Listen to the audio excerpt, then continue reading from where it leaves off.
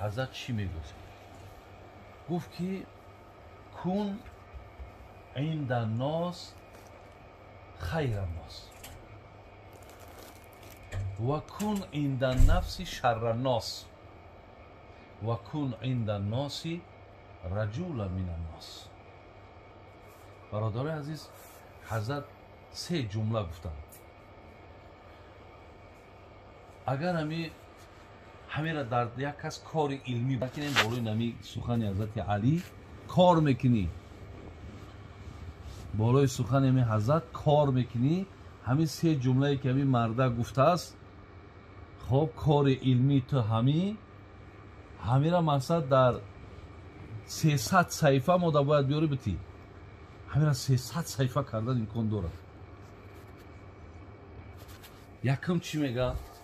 میگه که باش در بین مردم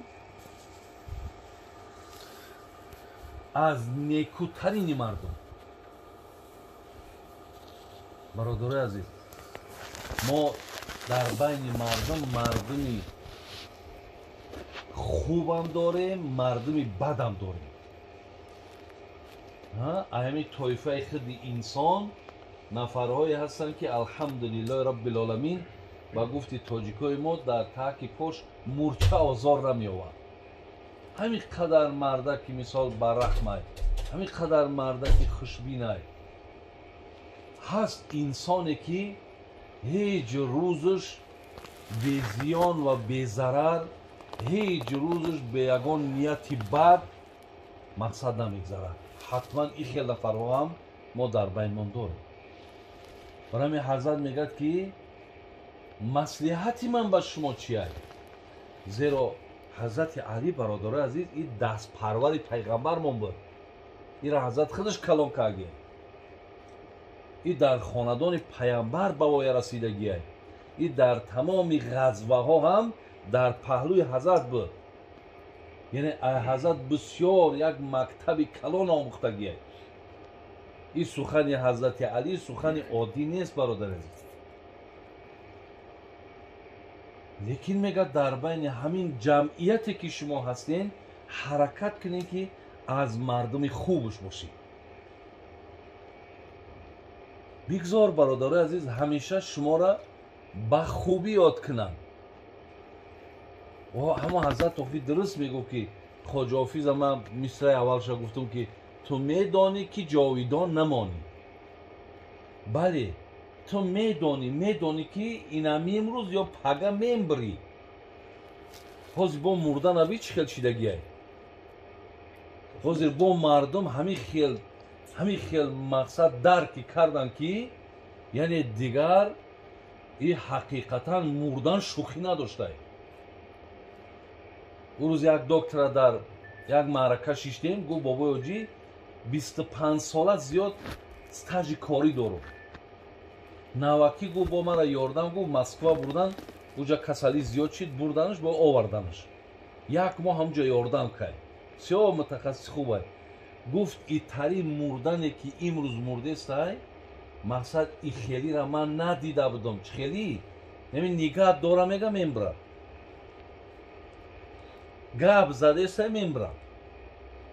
یا هم کردنش تا میتم میمبره.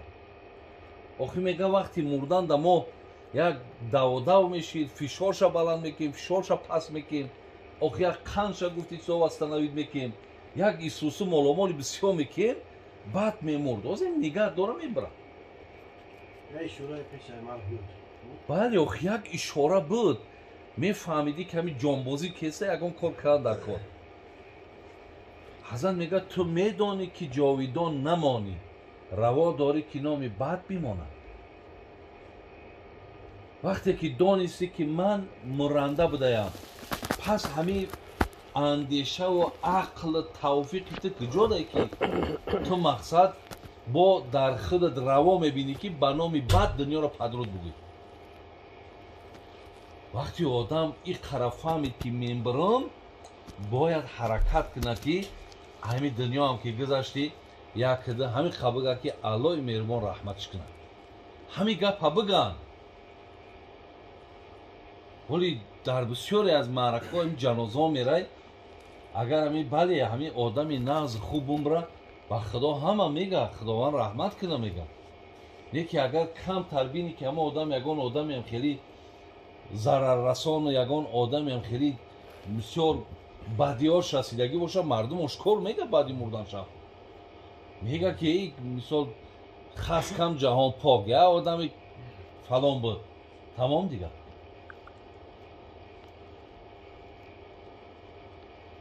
فردوسی شاهنامه‌اش دا میگو که جهان یادگار است و ما رفتنی ما همه میریم این دنیا خودش یادگار میمونه جهان یادگار است و ما رفتنی زی مردم نماند بجز گفتنی به نام نکو گر بمیرم رواست مرا نام باید تن مرگ راست فردوسی میگه همین تنی ما وجودی ما اما حق قبر حق خاک ما همین نام ما بگذارم نام ما به نیکی یاد کنن همه زحمت و محنت ما برای این قدره بین تا امروزه جناب فردوسی را یاد میکنه تا امروزه شیخ سعدی میگن خواجه حافظ میگن عبدالقادر بیدین میگن بین یعنی انسان هایی که نیکویی کردن خوبی ها نشان دادن نامشان نمیروه نامش باقی میمونه برای همین حضرت گفت که یکم چیزی که برای شما مهم است همینه که در بین مردم از همون خیرخواهاش باشید همیشه نیت های نیک داشته باشید حتی حضرت دیدین که میگه مقصد بهترین مسلمان بین ما مسلمان ها همه دعوای مسلمانی داره لیکن حضرت میگه که از بین مسلمان ها بهترینش نفریه که ای دست زبانش هیچ که آزار نیابد وقتی ای دست زبانت کسی آزار نیافت میتونی خطبوی که من الحمدلله بهترین مسلمان یکی در برابر مسلمان بودن 10 نفر زیان و ضرر ترا که ببینن خیلی دیگه الله دانایی که اگر اسلامی تو دینی تو تا چه اندازه باشه